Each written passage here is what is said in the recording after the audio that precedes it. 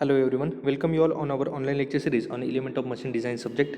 In this lecture we are going to discuss third numerical on design of spring. In last lecture we have discussed two simple numericals based on design of spring and in which we find spring wire diameter and length of spring. Here is the next numerical, that is numerical number 3. A helical spring is made from a wire of 8 mm diameter. Now I will write here given data small d is equal to 8 mm and has outer diameter DO 90 mm. Here we have given wire diameter as 8 mm and outer diameter of spring is 90 mm.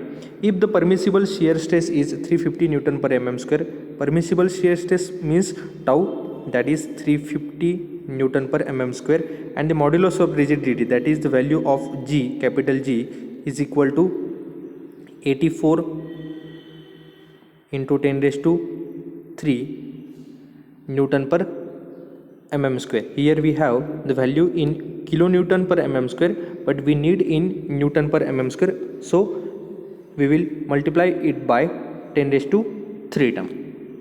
Find the axial load which the spring can carry and deflection per active run. Here we need to find two quantities. First one is axial load, that is value of W, and second one is deflection per active turn.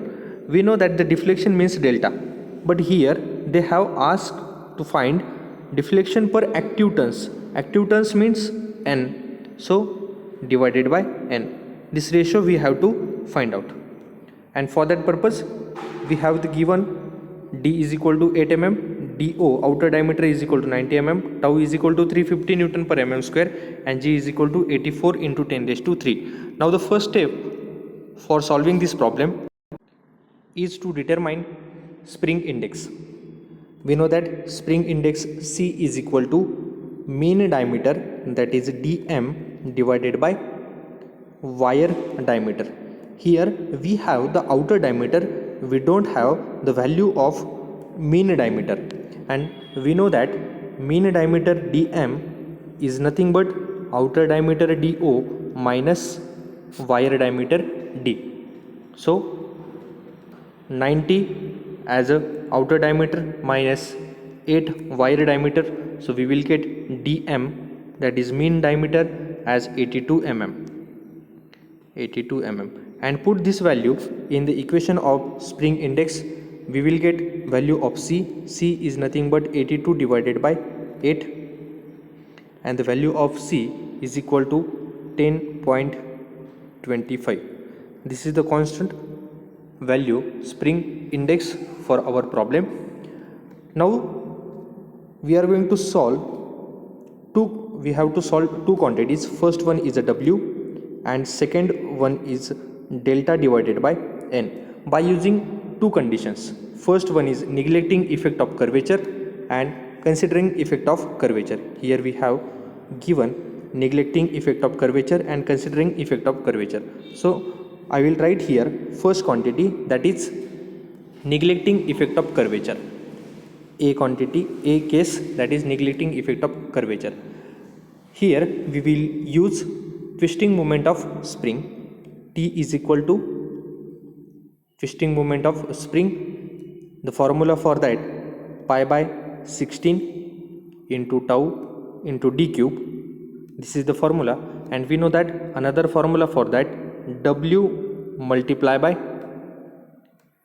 here we have to use equal term, so W multiply by dm, that is mean diameter, divided by 2. We don't have the value of T, so we will use these two equations, and we need to find out the value of W.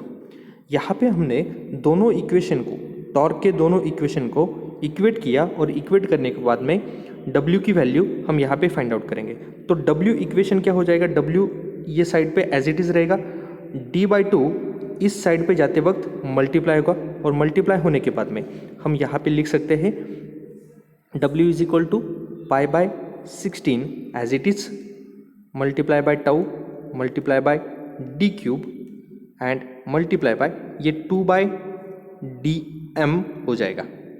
Okay, तो यहाँ पे दोनों भी term को हमने use किया twisting movement की और ये फॉर्मूला हमारे पास बन गया।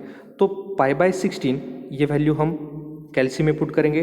टाउ की वैल्यू यहाँ पे प्रॉब्लम में गिवन है 350 न्यूटन पर एम स्क्वायर, ये value 350 newton per M square. D की वैल्यू हमें गिवन है 8, तो 8 का हम क्यूब करेंगे, multiply by D divided by D M, और डी एम की वैल्यू हमने अभी अभी फाइंड आउट की थी, D M is equal to 82 mm। तो इन सभी को हम कैल्सी में पुट करेंगे और पुट करने के बाद में हम W की वैल्यू फाइंड आउट करेंगे। So the value of W is equal to axial force F is nothing but 858.19 Newton.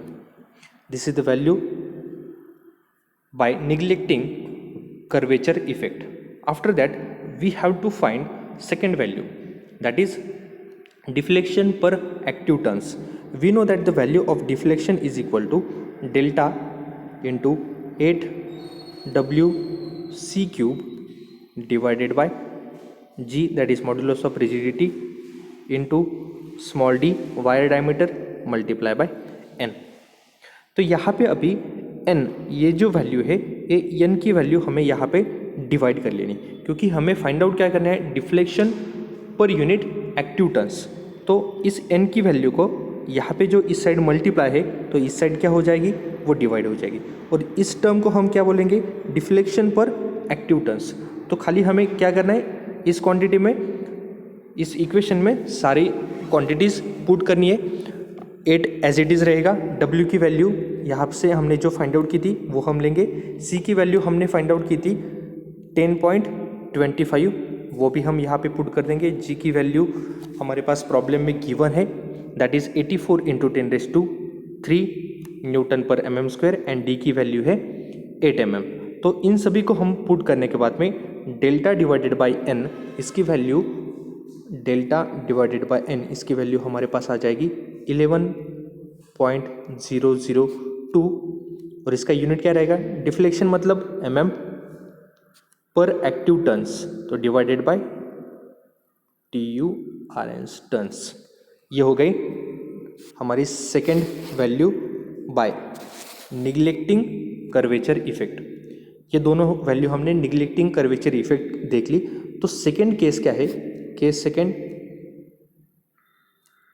Case B हम इसे कहेंगे considering the effect of curvature. Effect of curvature हमें कंसिडर करके W की value find out करनी है and delta divided by n की value find out करनी है।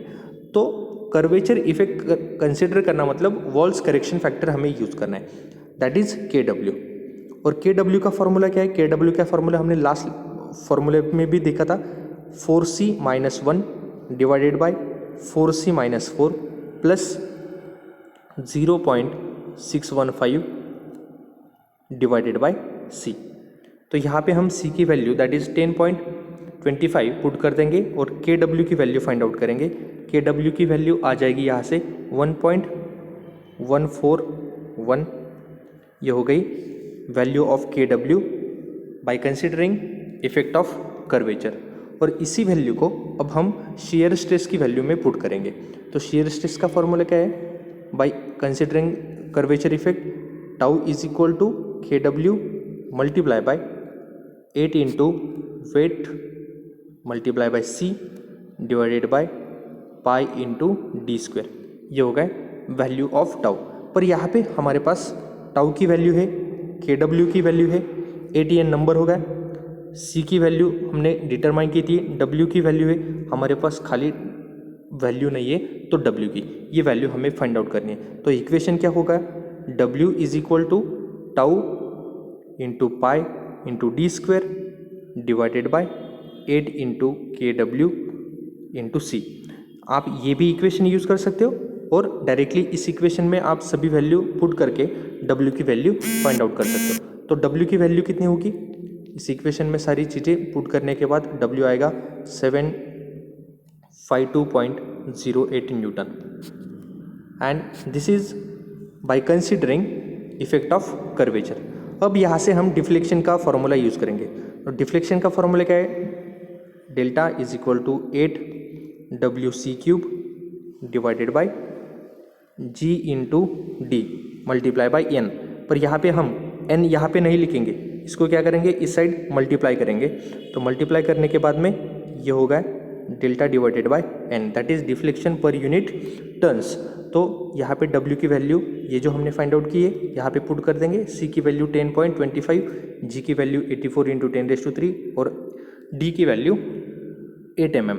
तो इसको पुट करने के बाद में delta divided by N that is deflection पर एक्टिव टर्न्स, इसकी वैल्यू हमने फाइंड आउट की 9.641 mm पर टर्न्स।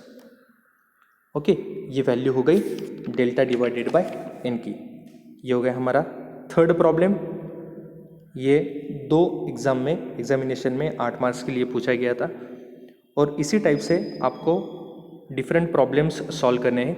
जो भी प्रॉब्लम्स स्प्रिंग पे लास्ट 5 क्वेश्चन पेपर में पूछे हैं वो आपको सॉल्व करने हैं। ये हो गई आपकी असाइनमेंट नंबर 7। Thank you.